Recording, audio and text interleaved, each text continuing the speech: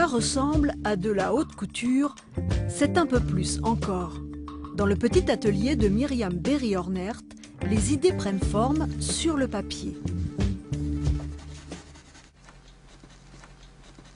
Je viens d'une famille de peintres flamands, donc j'ai baigné dans la peinture ancienne, surtout ancienne, peinture flamande essentiellement, et puis ma maman était dans la couture.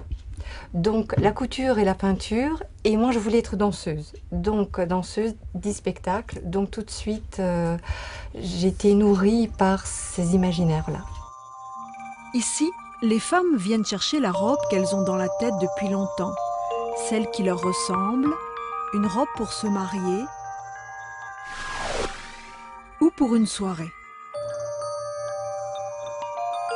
Pour moi, on n'est pas juste un corps anonyme, chaque personne est unique et chaque personne a une histoire.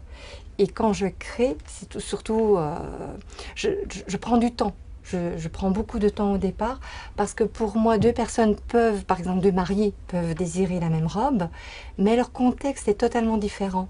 Et même si techniquement ça va se rapprocher, ce sera quand même deux robes totalement différentes.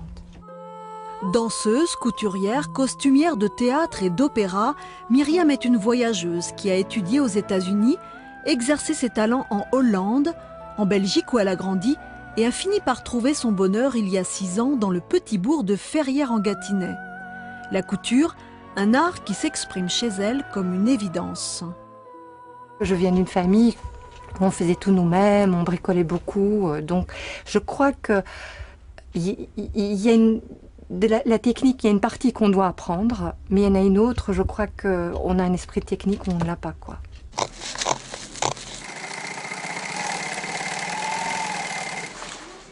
Avec le metteur en scène du théâtre du Masque d'Or, Myriam ébauche les silhouettes des comédiens du prochain spectacle de la compagnie de Montargis.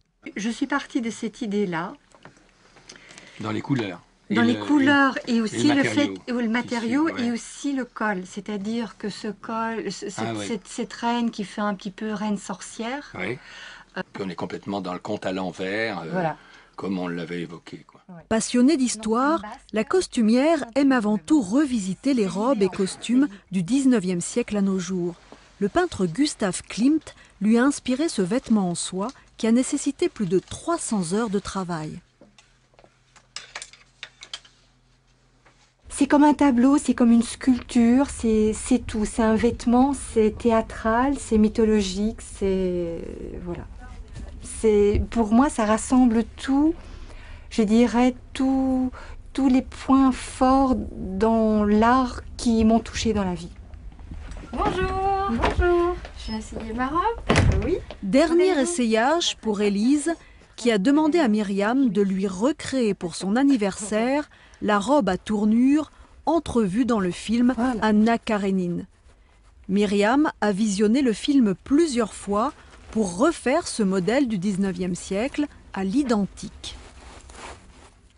Donc on a passé beaucoup de temps à parler ensemble pour savoir mais c'est quoi qui vous touche, comment est-ce que vous vous sentez bouger dans cette robe, quel est le rêve qui est derrière, est-ce que c'est l'époque, est-ce que c'est la robe, est-ce que c'est quoi? En fait j'aime beaucoup le 19e siècle, c'est justement une robe 19e, justement avec mon physique, le bustier, la robe, tout correspondait, donc vraiment le choix de la robe a été surtout pour ça. Les robes de Myriam Berry-Hornert valent entre 1 000 et 7 000 euros selon le tissu et la difficulté du patron. Le prix du rêve est d'une certaine idée du luxe. Pour moi, le luxe, c'est se dire, ok, c'est pas forcément quelque chose qui... parce qu'on a beaucoup d'argent, mais c'est quelque chose parce qu'on y met de l'importance.